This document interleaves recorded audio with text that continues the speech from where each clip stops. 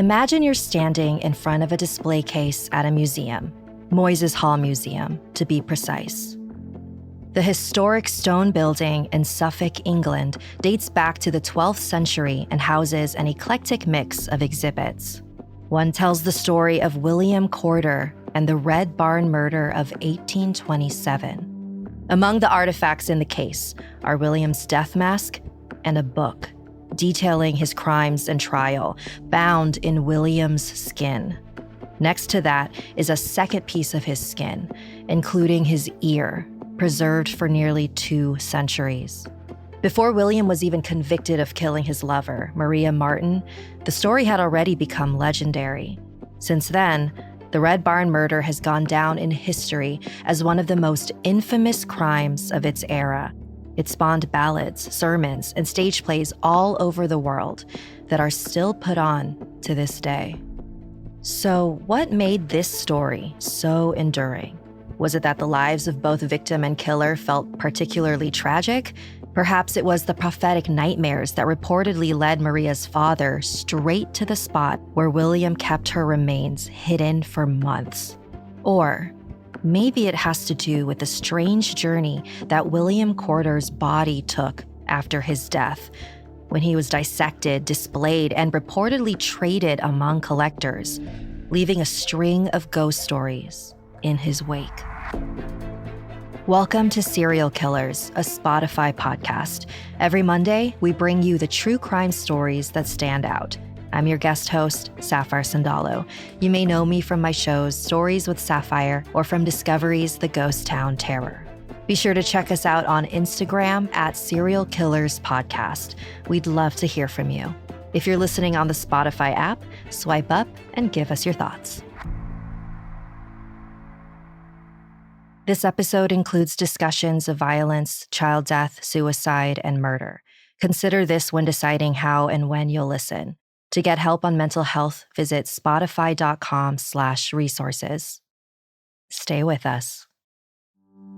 Today's story starts in Suffolk, England, with a woman named Maria Marten. Maria is born in 1801 in a quaint cottage in the village of Polstead. Her father is a mole catcher by trade. It's a busy job in such a provincial area, and the family is comfortable, but not well off. At a young age, Maria is sent away to become a domestic worker. Her employer teaches her to read and write, but when Maria is just 10 years old, her mother dies, and her father needs help running the household. So she moves back home, back to the cottage where she was born, just down the road from the Red Barn. It's a looming structure known around town for the ominous glow it gives off during sunset. When Maria is a bit older, probably in her late teens, she begins seeing a young man named Thomas. He comes from a family of tenant farmers. His father's in charge of working 300 acres of land, including the plot where the Red Barn sits. They're of a higher social status than Maria, so it's likely that Thomas's family doesn't approve of their relationship, which is probably why they don't get married, even when Maria gets pregnant. Now, before we go any further, a word of note. Most of what we know about this case comes from the reporting of James Curtis, an eccentric journalist for The Times in London. Some say he's one of the fathers of modern crime reporting. More than a century before Truman Capote wrote In Cold Blood, Curtis was staying up all night with murderers who were condemned to hang the next morning, taking down their stories. He's devoted to reporting, but he also has to sell papers. So when the Red Barn murder comes along, captivating the country, he jumps on it. He sits in on the inquest and the trial, and he travels to Polstead for research. But the way he speaks about Maria and her eventual killer William may be a little oversimplified. He tends to make her out to be a hapless victim without a single human flaw, as if his readers couldn't accept her otherwise. So, bear in mind, some of the story has been steeped in legend for so long, it's hard to separate truth from exaggeration. What we do know is Maria has 3 children as an unmarried mother at a time when doing so leaves her with very limited options. Her first child, by Thomas, dies in infancy, and they stop seeing each other. Her second, by a wealthy man living in London, survives, and Maria keeps their son with her at her family's cottage, but she never marries. Then, William Corder enters her life. William grew up in Polstead, too, close to Maria's cottage. His family is well off and they work as tenant farmers. And if that sounds like Maria's first beau, Thomas, that's because William is Thomas's brother. When William and Maria start seeing each other sometime around early 1826, the Red Barn becomes their go-to spot to meet up in secret. The relationship isn't totally under wraps, though. He stops by her family's house all the time, and with certain people, he openly talks about the idea of marrying her. When Maria gets pregnant that same year, her father and her stepmother, Anne, are well aware that William is the father. So is her sister, who gets the feeling Maria isn't excited about the idea of marrying William. She just feels like she should. Maria disappears for a while to have the baby, and after she returns home, the child doesn't survive for long. Nobody knows for certain what happens, but for now, everyone assumes the death is due to natural causes. Later, people won't be so sure. They find it strange that instead of burying the baby in town next to Maria's first child, William tells everyone he takes the baby to Sudbury. The only explanation he gives is that's where the baby was born. To this day, nobody knows the precise spot where the child is buried. Now, with no pregnancy and no baby, it seems like Maria and William could go their separate ways if they wanted to. But that's not what happens. On May 18th, 1827, William shows up at Maria's house, flustered. He comes bearing bad news. The constable has a warrant out for Maria's arrest, presumably for being unable to provide for her living son. So, William insists to Maria and her family members, now is the time. They need to run away and get married. He's even brought some men's clothing for her to wear as a disguise. Maria wastes no time packing a bag and changing her clothes. William waits for her by the fireplace, fiddling with his pistol. As soon as she's dressed, Maria leaves from a different door than William, so they won't be spotted together. They plan to meet at the Red Barn. It's the last time Maria is seen alive. Her little brother, George, takes notice when he spots William later that day, holding a pickaxe. As far as the family knows, the couple was supposed to leave town. Maria goes missing for 11 months, only for most of that time, no one has reason to suspect foul play. Sure, they might find it strange that William shows up back in Polstead without Maria, but he always has an explanation. He tells her family something went wrong with a marriage license, and it's going to take some time to sort out. For now, he's left Maria at a friend's house, and he's returned to the farm to make sure things are in order. After a string of tragedies, most of the responsibilities on the Corder farm have fallen to William. First, his father died.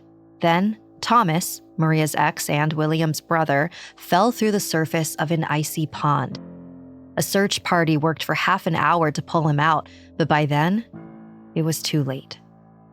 Now, William's 2 remaining brothers are in a losing battle with tuberculosis. So, he repeatedly disappears for a few days, then returns to Polstead to oversee the farm. Over and over, he tells the Martens that Maria's fine and that they still plan to be married soon. When Mr. Marten asks why his daughter hasn't written them any letters, William says Maria hurt her hand. He later claims she did write, but the letter must have gotten lost in the mail. Throughout all of this, William keeps close watch over something: the key to the Red Barn. By September, He's collected his father's inheritance money, and he tells the Martens he's finally leaving Polstead to reunite with Maria and marry her.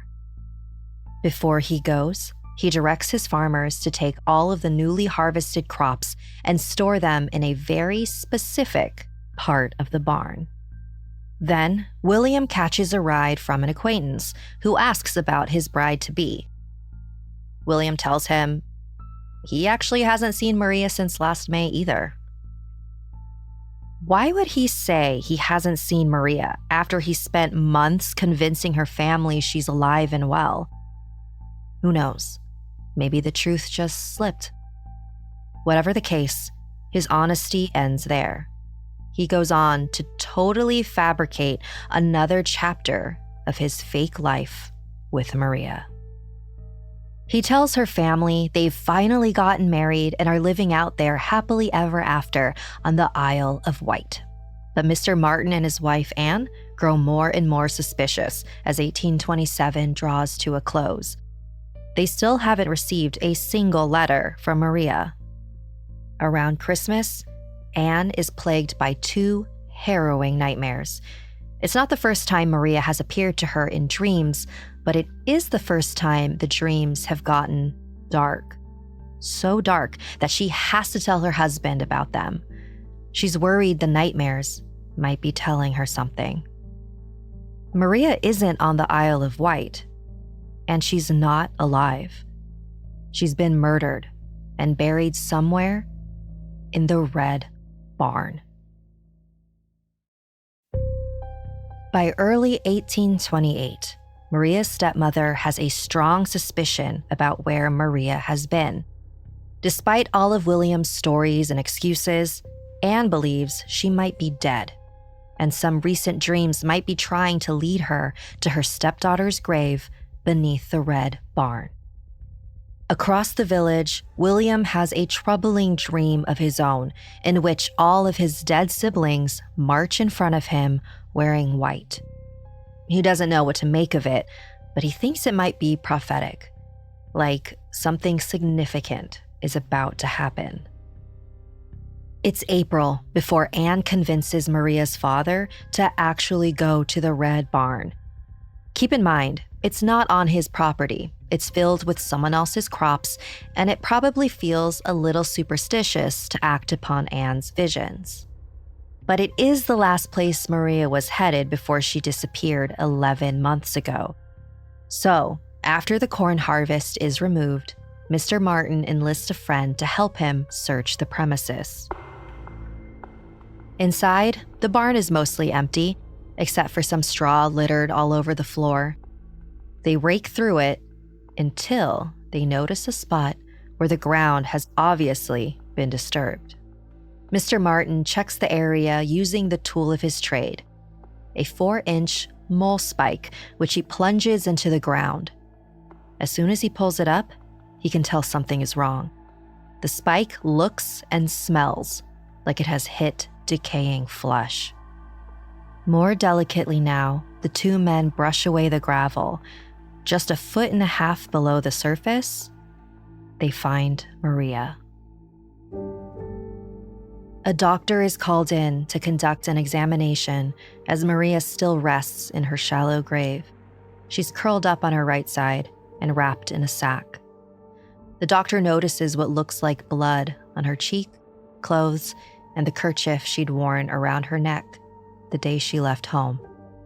The cause of death isn't clear.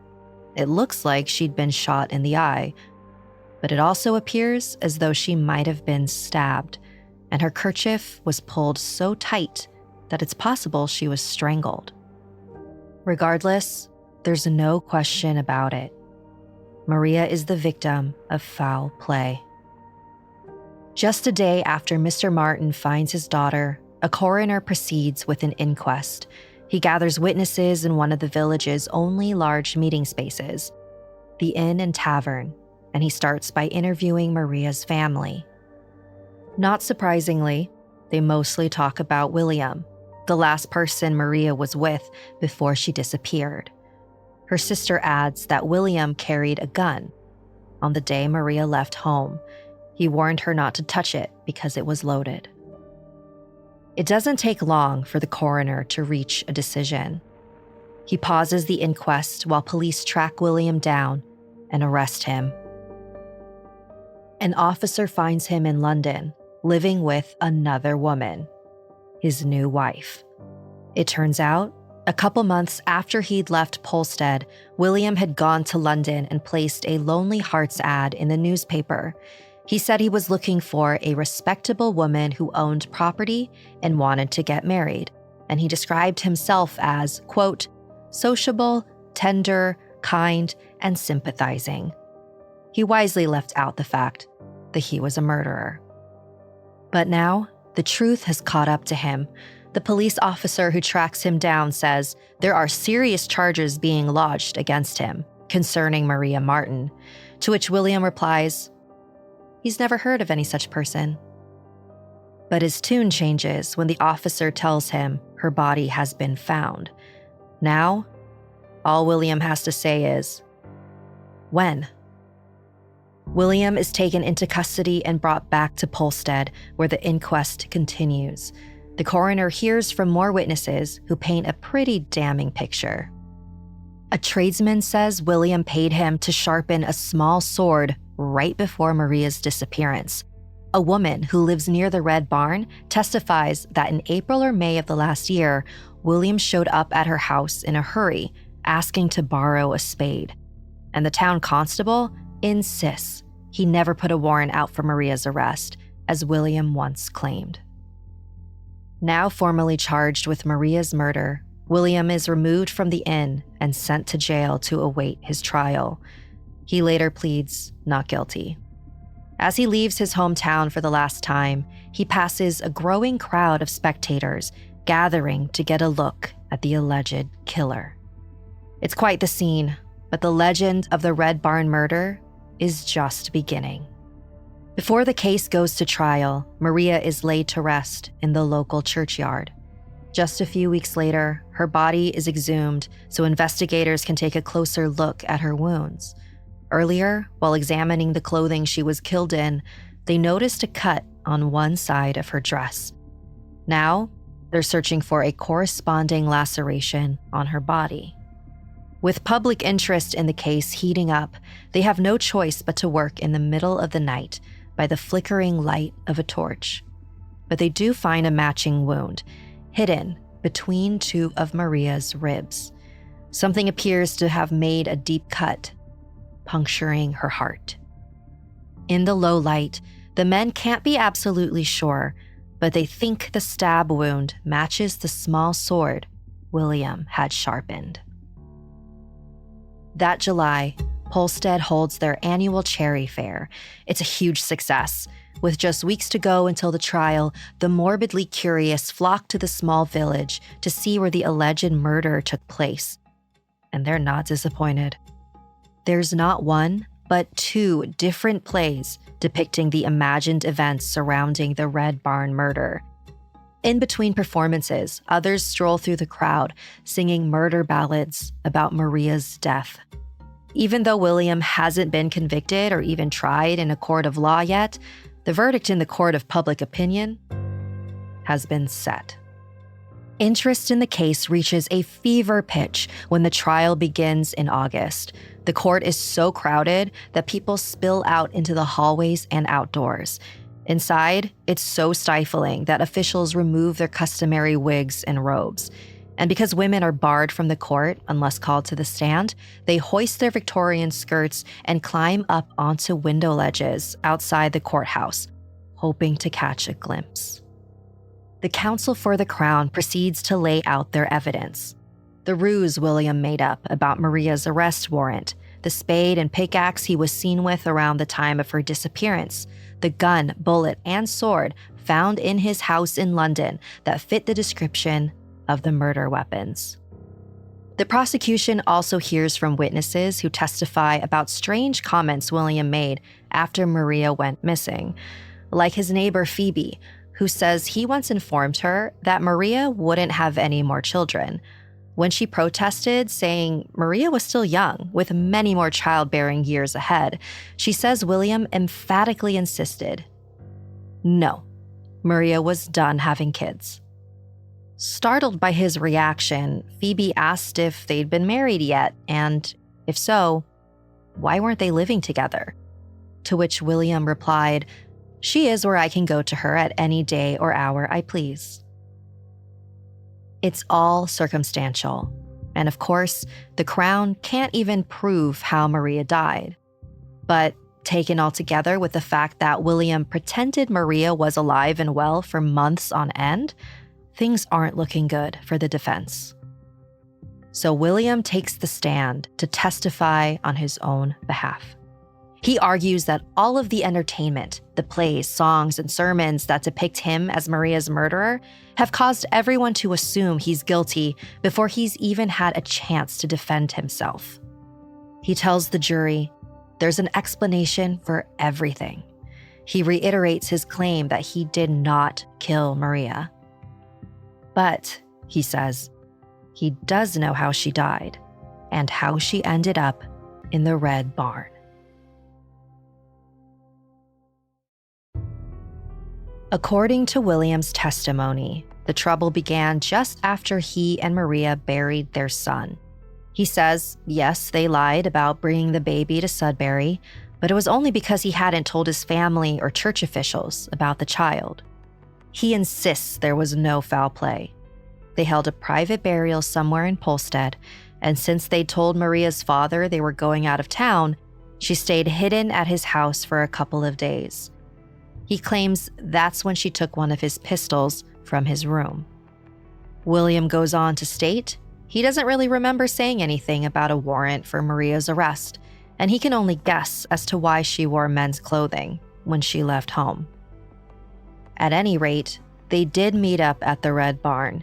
He throws in some suspicions about Maria writing too often to one of her exes and says despite that, he did have feelings for her. He would have married her, except that day in the Red Barn, she flew into a rage. William claims Maria said she would never be happy with him, even if they did marry, and she thought his family would never accept her. So, according to William's story, he turned and walked away from her and heard a gunshot. He claims she used his gun, and he worried people might assume he was the killer. So he panicked, buried her, and lied about it for months. There is a major discrepancy between William's version of events and the story laid out by the prosecution. Maria's sister had testified months earlier at the inquest that William was in possession of his pistol on the day Maria died. Now, he's claiming Maria had stolen his gun sometime before that. Nevertheless, he sticks to his new story, that Maria died by suicide, and that his only crime was burying her and lying about it, because he worried the situation would look bad. He concludes his testimony by arguing, if he had killed her, he wouldn't have done so in the Red Barn. He knows people were aware that was their meeting spot, and why would he do it in the middle of the day when he could be easily detected? He says if he'd murdered Maria, he would have chosen another place and time to do it, and he wouldn't have stuck around Polstead afterward. William's defense team calls several character witnesses to the stand, but based on the events of the trial recorded by James Curtis, they don't offer any evidence or testimony to back up William's claims. When it comes time for the judge to give his summary, he mentions that he'd planned to raise an important question in the case that he feels went unproven, and that is the identification of Maria's body. But now, he says, it's actually a moot point. William has already confessed that it was Maria he buried in the barn. It seems William has shot himself in the foot. Now, the jury has just one decision to make. Did William kill Maria or not? They deliberate for only 35 minutes before returning a verdict: guilty. That same day, William is sentenced to death. And that's not all. It's 1828, and in Britain, the Murder Act is still being enforced. It states that all convicted murderers will be executed by hanging, and then one of two things will happen to their corpses. They'll either be gibbeted, meaning their bodies will be suspended up in the air for all to see as they decay, sometimes for years, or they'll be dissected, placed on a table for public display, and then given to hospitals to be anatomized. The idea behind the Murder Act was to cause humiliation, to deter those with murder on the mind. By the 1830s, people turned against the law, and it was abolished, but not before William Corder became one of its most infamous subjects. Shortly before William goes to the gallows, he writes a confession from jail. He admits he is responsible for fatally shooting Maria and clarifies a few details. While moving her body, William pulled Maria's kerchief so tight that it probably looked like he'd strangled her. He admits he did use a spade, then a pickaxe, to dig her grave.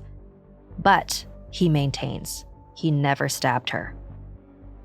At his execution, William reaffirms to the massive crowd, "I am guilty. My sentence is just. I deserve my fate, and may God have mercy on me." Just 1 hour later, his body is removed from the scaffolding and taken directly to a nearby hall, where a surgeon is waiting. He prepares William for public display by making an incision down the length of his abdomen and folding back the skin. All afternoon, thousands of people shuffle past William's body to get a good look. When the doors are closed to the public, he's hooked up to electric wires. His body is used in a galvanism experiment to see how the current causes his muscles to move. Then, he's transported to the county hospital, where doctors dissect him in front of a crowd of medical students. At the time, it's extremely uncommon for anybody to volunteer their body to science. It's also illegal in many places to dissect a corpse. But medicine is changing and accelerating. Doctors need bodies to teach and learn with. This catch-22 means that corpses made available for legal dissection are pretty hard to come by, unless, of course, you can get your hands on the body of a convicted murderer, as mandated by the Murder Act. Eventually, William's skeleton is placed in the Suffolk General Hospital, next to a donation box where visitors can give spare change to patients in need. Parts of his flesh are preserved too, the ones you can still see today at Moyses Hall Museum. According to legend, one of the doctors who preserved his skeleton swapped out the skull, which he secretly kept. But it seemed to bring him bad luck. He felt haunted. The doctor tried to return the skull to its rightful body, but it hadn't been through the same preservation process. It looked too different from the other bones on the skeleton. So, the doctor reportedly passed it on to the next person, who also began having bad luck, as if the skull was cursed. Whether that's true or not, William's strange journey mostly came to an end in 2004.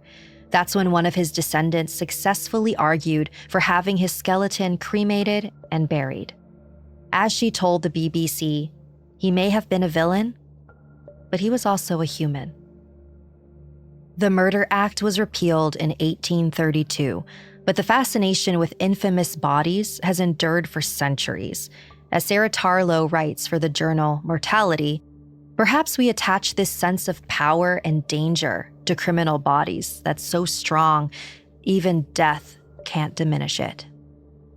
What happened with William likely fed into the legends, keeping the story of the Red Barn and of Maria Marten alive, almost 200 years later.